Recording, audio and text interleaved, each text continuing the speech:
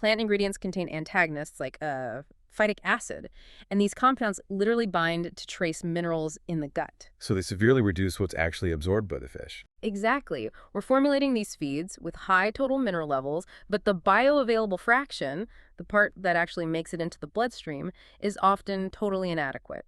The research really stresses that we have to stop looking at total input and start formulating based strictly on availability.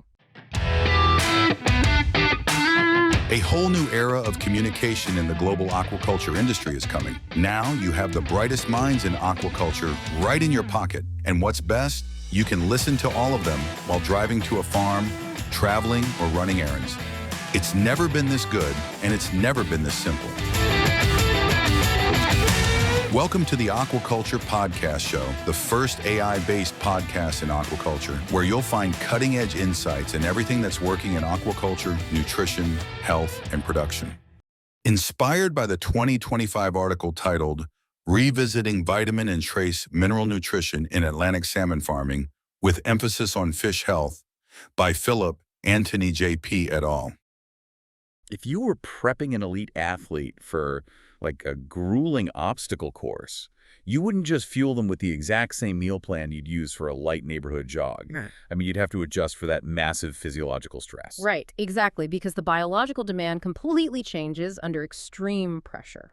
Yeah, but in commercial salmon production, we've historically relied on these baseline nutritional guidelines that were basically designed for that light jog. So today we're doing a deep dive into some really fascinating new research by Philip, Kortner, Vishusen, and their colleagues.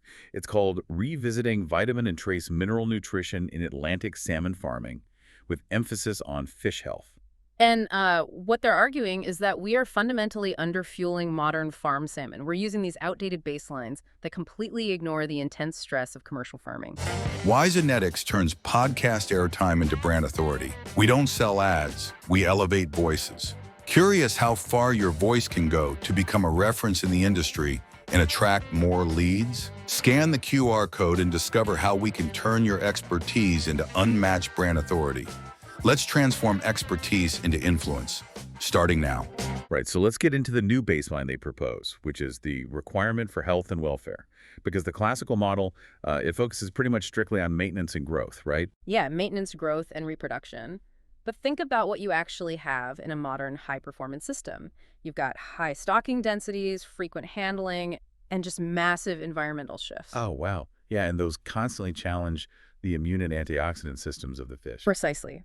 And a really huge driver of this nutritional gap is our industry shift toward plant-based feeds. I want to push back on that for a second, actually, because honestly, I have a hard time wrapping my head around our current strategy there. I mean, aren't we just fighting a losing battle by dumping premium supplements into plant-heavy feeds if those ingredients naturally contain compounds that just lock the nutrients away? Well, it is a massive hurdle, I'll give you that. Plant ingredients contain antagonists like phytic acid, and these compounds literally bind to trace minerals in the gut. So they severely reduce what's actually absorbed by the fish. Exactly. We're formulating these feeds with high total mineral levels, but the bioavailable fraction, the part that actually makes it into the bloodstream, is often totally inadequate. The research really stresses that we have to stop looking at total input and start formulating based strictly on availability. Okay, so if plant-based feeds are locking away essential nutrients, what happens when these fish hit their most stressful growth phases? Because that seems to be where the zinc and selenium deficit just crashes the system. I mean, zinc is absolutely critical during that highly stressful seawater transfer, right? It is incredibly critical. Zinc acts as sort of the structural glue for cellular barriers. Without enough of it, the gills and skin literally lose their integrity under the osmotic stress of salt water. Wait, really? Just from a zinc deficiency? Yeah, and plus, a deficiency directly leads to cataracts. Yet, because of those plant-based antagonists we just talked about, zinc availability in modern feeds is incredibly low. And then we've got selenium, which gets rapidly depleted from the tissues during handling and low oxygen stress. Which is really dangerous. Selenium is foundational for the fish's antioxidant defense. And the biological need for both of these minerals spikes massively during smoltification and the post-smolt phase in seawater. But the industry is sort of handcuffed by strict regulatory maximum limits on trace mineral supplementation, right? Which raises a major operational question. If you're a producer, how do you legally protect your fish and optimize their health when you're hitting these hard regulatory ceilings? Well, regulators often set these maximum limits based on consumer safety and environmental accumulation. But the researchers point out that these ceilings are frequently just way too low to support optimal health under commercial stress. Because the limits don't account for the reduced bioavailability in plant-based diets. Right, or the heightened physiological demands of modern farming. It's a real bottleneck. Let's look at how the production environment itself is changing things.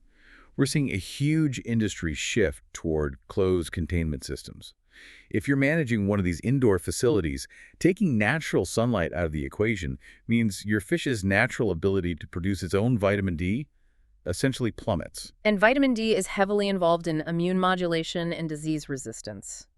When you remove sunlight, the dietary requirement has to compensate massively to maintain those immunological pathways. So the feed basically has to carry the entire load. Exactly. The feed has to do all the heavy lifting. We're also feeding them incredibly high-lipid, high-energy diets today.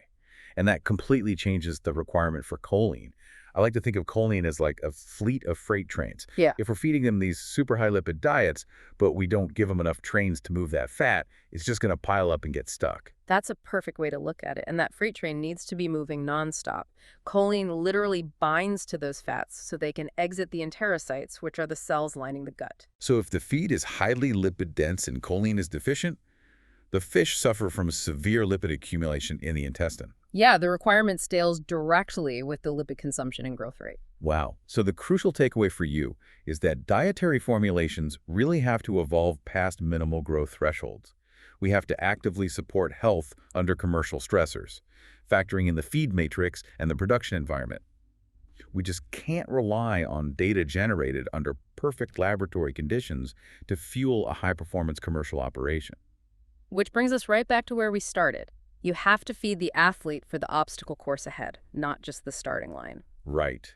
And speaking of that obstacle course, here's a final provocative thought to chew on. Since early life stages like smolts aren't destined for immediate human consumption, should the industry advocate for life stage-specific regulatory limits for trace minerals?